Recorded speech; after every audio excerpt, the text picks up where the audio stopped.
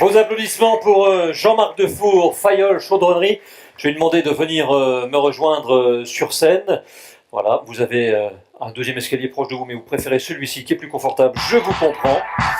Et je vais demander également à René Dulac, directeur entreprise et patrimoine du Crédit Agricole Loire et Haute-Loire, de venir me rejoindre. Bonsoir monsieur, félicitations. Bonsoir monsieur, je vais vous passer tout de suite le trophée. Voilà pour la remise officielle. Attention, ça pèse son poids. C'est donc de la lave émaillée de Volvic, avec un livre toujours aussi beau qui est offert par le photographe de la région et qui a proposé cette année encore de vous offrir ce livre sur la Haute-Loire ou sur la ville du Puy. Félicitations, je vais peut-être vous passer le micro en attendant. Voilà, à vous, monsieur le représentant du Crédit Agricole, pour un mot de remerciement, d'encouragement. En tout cas, je suis très fier de remettre ce prix à M. Defour, d'autant plus fier que nous l'avons accompagné dans la reprise de l'entreprise Fayol et que nous l'accompagnons encore aujourd'hui avec beaucoup d'engagement, et je vous souhaite un grand succès. Merci beaucoup pour ces encouragements. Jean-Marc Defour, l'école, c'était donc pas votre truc. Qu'est-ce que ça aurait été sinon? Je sais pas, mais effectivement, au départ, c'était pas mon truc. Ouais. Mais en fait, finalement, il y a eu des professeurs, particulièrement au moment du BTS. Enfin, il y a eu le petit tour par l'usine qui fait comprendre aussi les choses, où on se dit finalement, il y a peut-être mieux à faire, et puis on est pas mal chez papa et maman, et continuer l'école. Et des professeurs qui ont su m'intéresser pour après, effectivement, continuer sur une école d'ingénieur, l'école des mines, mais par alternance. Hein, donc via les. C'est quand même le diplôme de l'école des mines. Tout à fait. Nous sommes d'accord. L'envie d'entreprendre, vous en parlez un petit peu dans la vidéo qui a été diffusée. C'est une envie qui est née au contact, en fait, puisque vous aviez un job un peu particulier. Vous étiez à temps partagé, vous vous occupiez de 4 ou 5 entreprises avec lesquelles vous deviez travailler sur la norme ISO, c'est ça, ou c'est environnementale. Tout à fait. Ouais. Au début de ma carrière, donc dans les années 95, 96, etc., les grands donneurs d'ordre demandaient à tous leurs fournisseurs d'être ISO 9001, 9002, puisqu'à l'époque il y avait 9001, 9002, 9003. Et un club d'entrepreneurs, qui est le club d'entrepreneurs de Londres, qui est basé sur Londres, donc Firmini, etc., m'a embauché en fait pour effectivement accompagner 5 entreprises en même temps. C'est-à-dire que tous les lundis, en fait, j'étais dans une entreprise qui faisait des matériaux composites, tous les mardis dans une imprimerie, tous les mercredis chez un fabricant de moules pour l'injection plastique, les jeudis c'était du traitement thermique, et les vendredis maintenant c'est des panaches industriels. Voilà. Et les 5 ont été certifiés en 2 ans. Et ça m'a surtout, puisque c'était des petites entreprises de 5 à 20 personnes pour la plus grosse. Et c'est vrai que du coup, la mise en place d'une démarche qualité, c'était en grande partie avec le chef d'entreprise lui-même. Et effectivement, comme je le dis, ils m'ont passé le virus. Et donc là, ça vous a donné envie.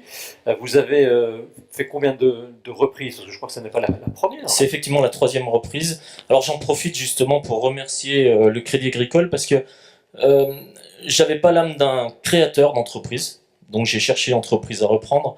L'idée aussi a mûri, puisque dans les 5 entreprises que j'accompagnais à ce moment-là a été en vente. Bon, finalement ça s'est pas fait, mais c'est aussi ce qui a permis de concrétiser en tout cas l'idée et d'aller voir les banquiers. Et je dois dire que le Crédit Agricole a été la banque qui m'a fait confiance depuis le début, même si au début j'avais pas vraiment de ressources financières.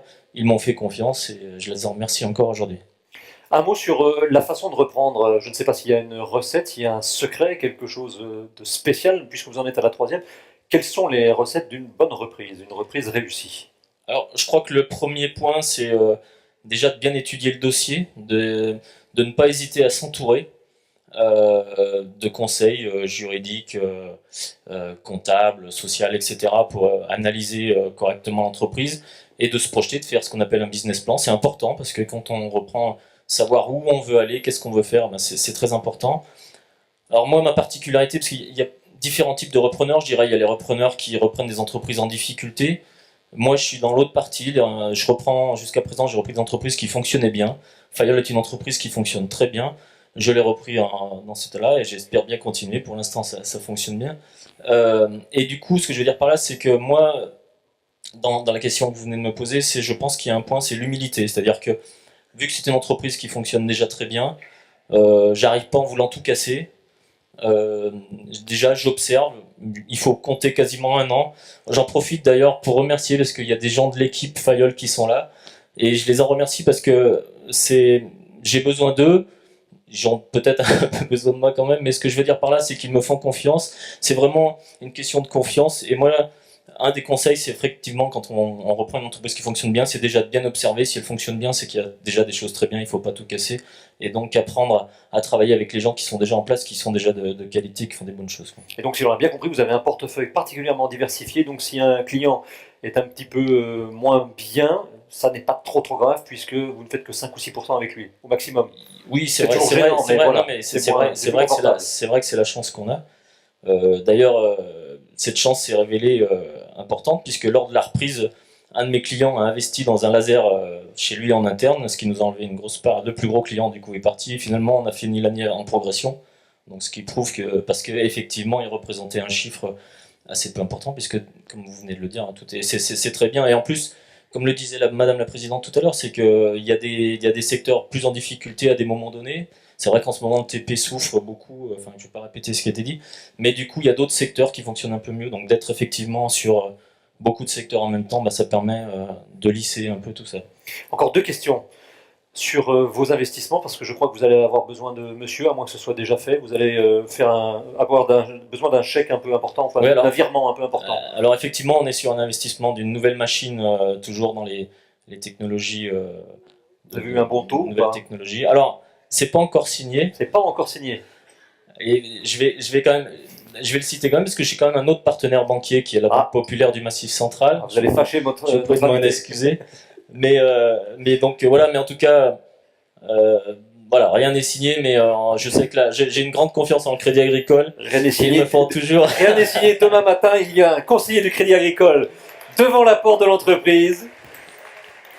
Bon, il y en a quand même pour 750 000 euros. Hein. Vous savez, c'est mon rôle aussi de chef d'entreprise quand même de faire jouer la concurrence et d'essayer de ne pas, n'est-ce pas? Voilà, le message est passé. Je sais que le Crédit Agricole le comprend et qu'ils sauront faire le geste qu'il faut. Il a sorti les rames là. Voilà.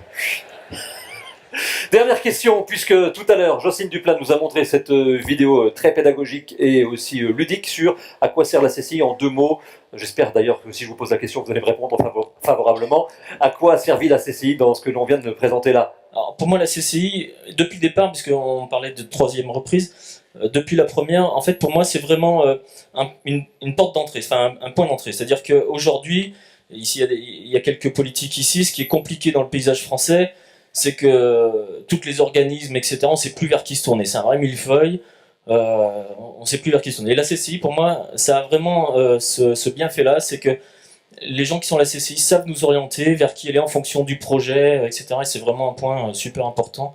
Et puis surtout, c'est des gens compétents qui connaissent le tissu industriel, qui connaissent leurs entreprises, etc. Donc c'est pour moi, aujourd'hui, quand j'ai une question, que ce soit sur de l'innovation, etc., et que je sais pas trop où, justement, c'est la CCI d'abord que je vais aller voir.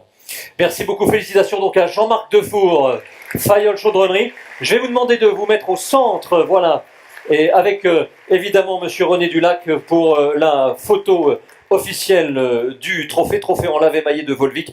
Et donc je le disais, les livres tout au long de la soirée seront offerts aux lauréats. Livre signé par Luc Olivier, photographe Pono, qui édite aux éditions À hauteur d'homme. Merci beaucoup messieurs. Voilà, vous avez rendez-vous donc demain matin 8h chez Fayol. Je vous donne pas le numéro de téléphone, je pense que vous l'avez. Hein.